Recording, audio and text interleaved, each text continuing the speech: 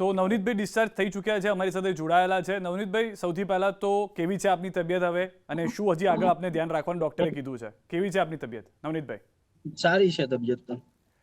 હવે નવનીતભાઈ, આપની, કેમ કે અમે અલગ અલગ લોકો સાથે, હીરાભાઈ સાથે પણ વાત કરી, અલગ અલગ સાથે લોકો સાથે વાત કરી, આપની સાથે વાત નથી થઈ શકી. શું સમગ્ર ઘટનાથી હતી સૌથી પહેલા આપ એ કહો, અને એમાં હવે આગળની શું આશા આપ રાખી રહ્યા છો એ પણ જણાવો. સમગ્ર ઘટના તો બધાને ખબર જ છે. હમ જે એસઆઈટી રચાણી છે એની તપાસ થશે.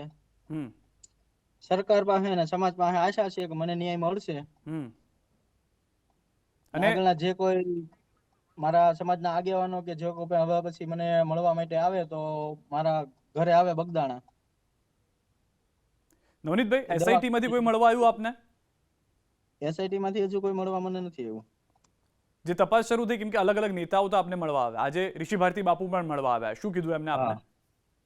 ઋષિ ભારતી બાપુએ કીધું છે કે સમાજ ને સાધુ સંતો તમારી જોડે છે ન્યાય અપાવવા માટે. સમાજની એકતા જોઈને આપને શું થયું? કેમ કે મેં આપને એવા પણ દ્રશ્યો થયા, થોડા ભાવુક થઈ ગયા હતા આપ. એ તો સમાજની ઉપર લાગણી ને પ્રેમ હોય ને, માર ખાતા ખાતા નથી રેડ્યો, પણ સમાજનો એટલો મારી ઉપર પ્રેમ ભાવ, હું સત્ય ઉપર હાલું છું તો ખુશીના આંસુ તો આવી જાય ને. એસઆઈટી ની જે રચના થઈ છે એનાથી આપ સંતુષ્ટ છો? સંતુષ્ટ તો શું, પણ હજુ કોઈ મને મળવા આવ્યા નથી. આગળ જે તપાસ થાય, મારે તો સત્ય સામું આવે એનથી જ છે. અહીંયા આગળ કેટલાક લોકો આપની પાસે આવ્યા, જેમ કે આજે ઋષિ ભારતી બાપુ આવ્યા, એમને આપની સાથે વાતચીતમાં શું કહ્યું? તમને શું સમજાવ્યા? શું વાતચીત થઈ આપની બંને વચ્ચે? બાપુએ એવું કીધું કે હર હંમેશા અમે સત્યની સાથે છીએ ને સત્યનો આપણે વિજય કરવાનો છે. જે કાંઈ કરવું પડે એના માટે આપણે લડત લડશું. કદાચ હાઈકોર્ટ જવું પડે, સુપ્રીમ કોર્ટ જવું પડે તો જવા માટે આપણે સમાજને સાધુ સંતો જોડે છીએ. આ તમામની વચ્ચે કેટલાક, કેમ કે આપ હોસ્પિટલમાં હશો તો આપને પણ ખ્યાલ નહીં હોય, આપ એક તરફ ન્યાયની માંગ કરી રહ્યા હતા, બીજી તરફ કેટલાક આરોપો આપના ઉપર પણ લાગે. એક સુરતના મહિલા હતા, એઓએ કહ્યું આપની ઉપર માટી ચોરીના આરોપ લગાવ્યા છે. એને શું કહેવા માંગશો? એની વિશે આપ કંઈ કહેશો?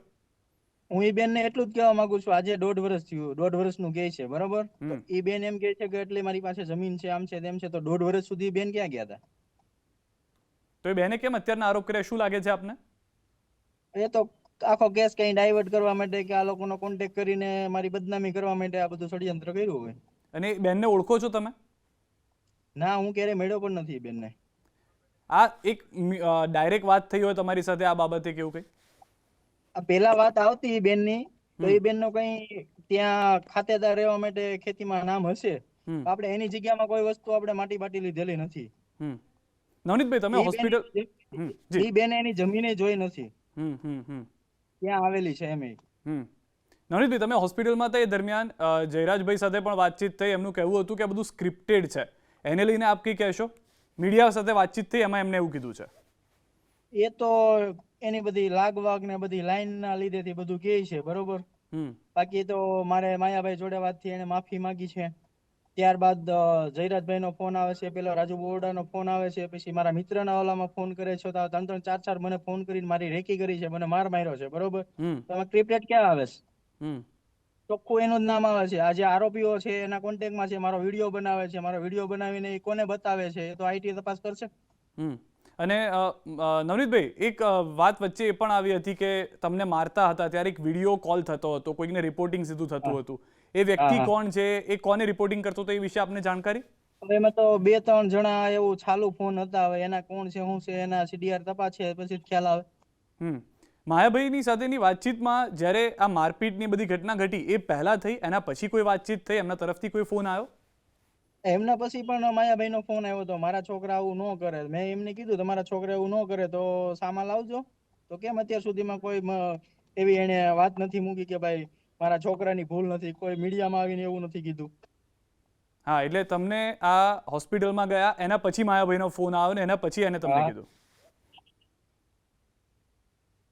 અને શું કીધું? કેમ કે તમે કીધું એ રીતે કે મીડિયામાં એમને હજી કશું નથી કીધું, તમારી સાથે જે વાતચીત થઈ એમાં શું કીધું?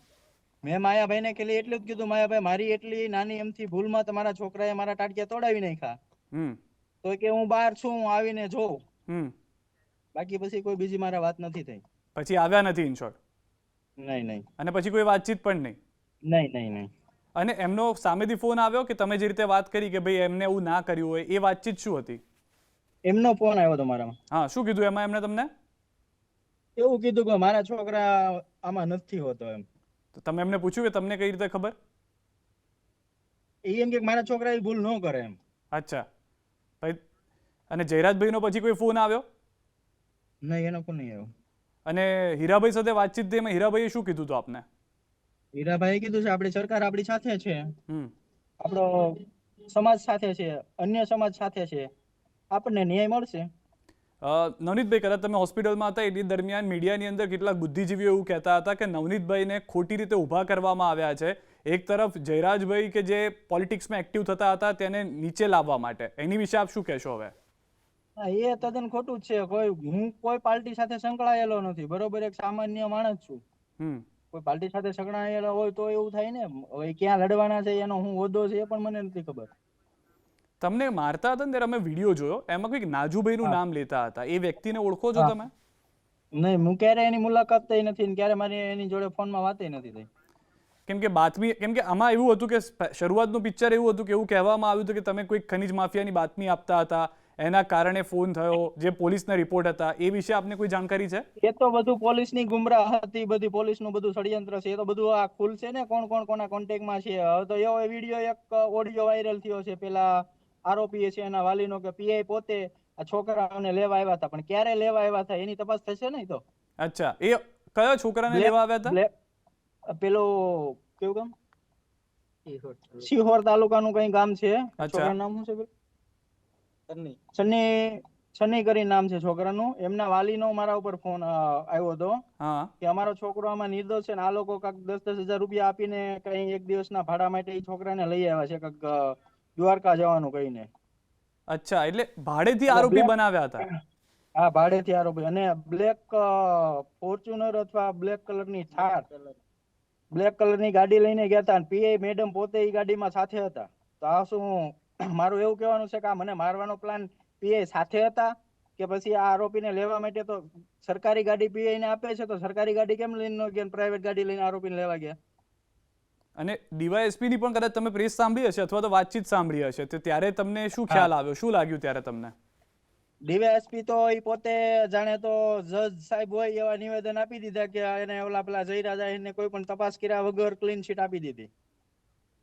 તમને પોલીસ તરફથી કોઈ ધમકાવવામાં આવ્યા કે કંઈ કહેવામાં આવ્યું પોલીસ તરફથી? પોલીસ તરફથી મને પહેલેથી જ કહેવામાં આવ્યું છે કે અમે કહીએ એ પ્રમાણે તું કર એટલે બધું થઈ જશે. અચ્છા, પહેલેથી જ મારી શરૂઆત પહેલેથી જે પ્રમાણે થઈ હતી કે ભાઈ મને આ રીતે જ મારી જોડે બધું થયું છે. તો તમે પ્રમાણે જે પીઆઈ મેડમ છે કે એમ નહીં કે અમે આરોપીને પકડીને નામ ખોલાવશું. તમે ફરિયાદ કરી ત્યારે શું કીધું? તમે નવનીતભાઈ ફરિયાદ કરવા પહોંચ્યા ત્યારે તમારે શું વાતચીત થઈ? સૌથી મેં ફરિયાદ કરવામાં શરૂઆત મારી છે કે ભાઈ મારા ભાઈ માયાભાઈ આ રીતની વાત થઈ છે. ત્યારબાદ માયાભાઈના દીકરાનો મારી કોલ આવ્યો, પેલા ભાઈ રાજુભાઈનો આ રીતે કોલ આવ્યો, પછી પેલા જયરાજભાઈ મારા મિત્રોને 2-3 કોલ કર્યા છે. એ બધી મેટર મેં પહેલેથી કીધી જ છે એમને, બરોબર. તો પીઆઈ એમ કહે છે કે ભાઈ એ લોકો નહીં હોય તો તું શું કરીશ? મેં કીધું તો તમારે ખોલવાનું છે ને, સત્ય શું છે. અને આરોપી તરીકે તમે તો જયરાજભાઈ નામ લખવાનું કીધું હતું, પણ પોલીસ વાળા તમને ના પાડતા હતા? પોલીસ વાળા પીઆઈ મેડમ પોતે. અચ્છા, અને એમના તરફથી તમને જે રીતે તમે અત્યારના કહી રહ્યા છો કે પહેલેથી જ એવું કહેવામાં આવતું હતું કે અમે કહીએ એમ કરવાનું તારે? હા. અને તમારા દીકરાને કે તમારા સંતાનને કોઈને કંઈક ધમકી મળી છે એવી વાત છે? હા, મારા દીકરાને ત્યાં પેલું વધારે તપાસ માટે જે માનો કે એ લોકોના કોલ રેકોર્ડિંગ ને વિડીયો જે કઈ હતા એ આપવા માટે બોલાવ્યો ત્યાં. તો એમને નીચે નિવેદન તો આપણે પીઆઈ સાહેબ પટેલ સાહેબ કરતા હતા, ઉપર ડીવાયએસપી સાહેબ હતા. તો એમને ત્યાં બોલાવીને એમને એવું કહ્યું તારા પપ્પાને કે વધારે પડતું કઈ કરે નહીં, વધારે પડતું રાજકારણ આમાં કઈ લાવે નહીં, કોઈ ઉપર લેવલે વધારે કેસ આગળ લઈ જાય નહીં, એવું બધી ધમકી મારી છે મારા દીકરાને. પછી ત્યારે તમારા તરફથી કોઈ પ્રતિક્રિયા આવી હતી, વાતચીત થઈ હતી ત્યારે?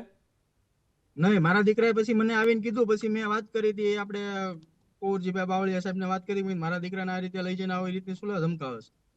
અને તમે આ ઘટના ઘટી, તમે બગદાણા માટે માયાભાઈને ફોન કર્યો કે જે પણ થયું, એની પહેલા ક્યારે જયરાજભાઈને મળ્યા કે માયાભાઈને મળ્યા? નહીં, ક્યારે નહીં. એને મેં એના બાપાને ખાલી ફોન કર્યો કે એને લાગે એવું કે મારા બાપા પાસે માફી મગાવી નવનીતભાઈ, પણ મેં કોઈ માફી મગાવી નથી. અહીંયા એમનું ગુંડા રાજ જ છે. અહીંયા બધું નાના નાના માણસોને દબાવે છે, બધા કામકાજ ને બધું ચાલે છે, તો કોઈ અવાજ એની સામે ઉઠાવતા નથી. કોનો ગુંડા રાજ છે? ઘણા બધા એના કેસ જયરાજ આહિરનું. અચ્છા, આ બધી ટોળકી જોવો છો મને મારવા વાળી છે, એ બધી પેલા ફાર્મ હાઉસ બધાને બતાય જ છે, એમની જોડે જ છે, મારવા વાળા છે એ. તો તમે આ આ રીતે ગુંડા તત્વો છે તો એને સંગ્રહેશો તો એ કઈ રીતનો સારો માણસ ગણાશે?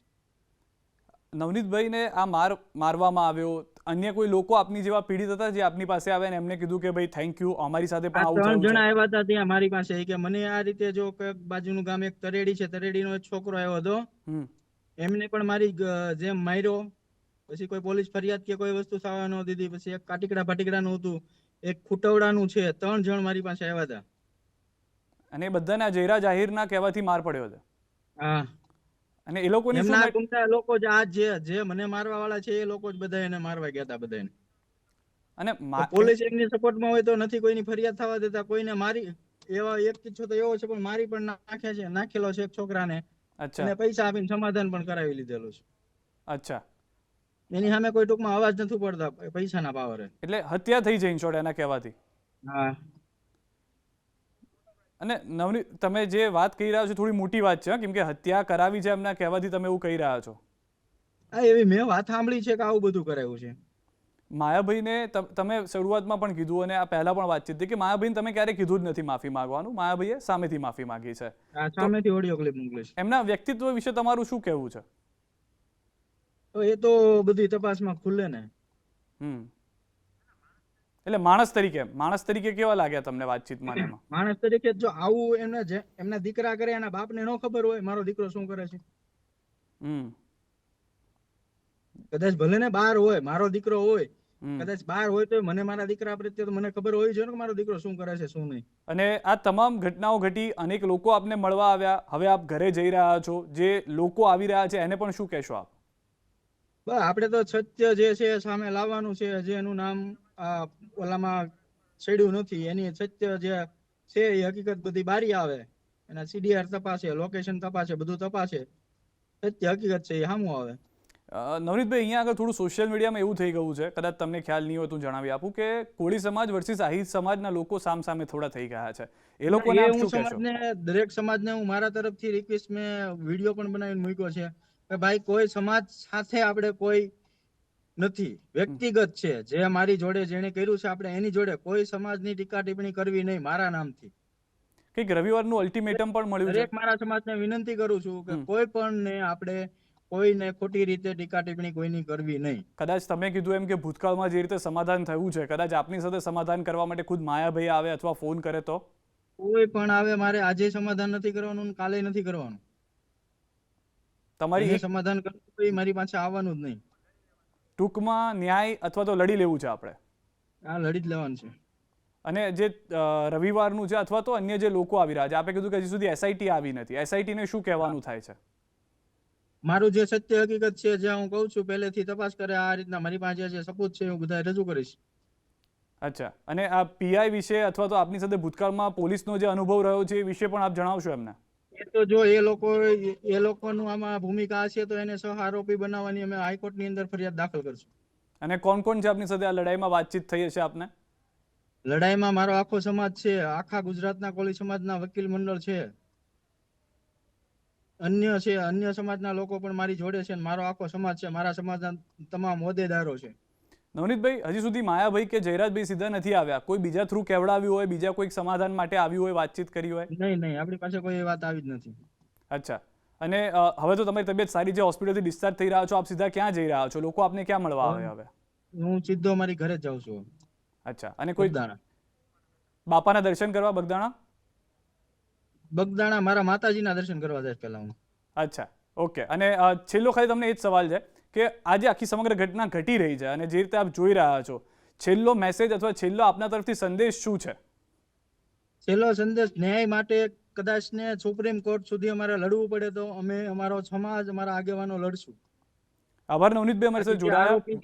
આરોપી છે એને સાબિત કરીને રહેશું. જી, આભાર નવનીતભાઈ. આપને આગળના સમયમાં પણ કંઈ લાગે છે, આપ જણાવવા માંગો છો તો પણ આપ અમારો સંપર્ક કરી શકો છો, અમે પણ આપની સાથે વાત કરતા રહીશું. આભાર.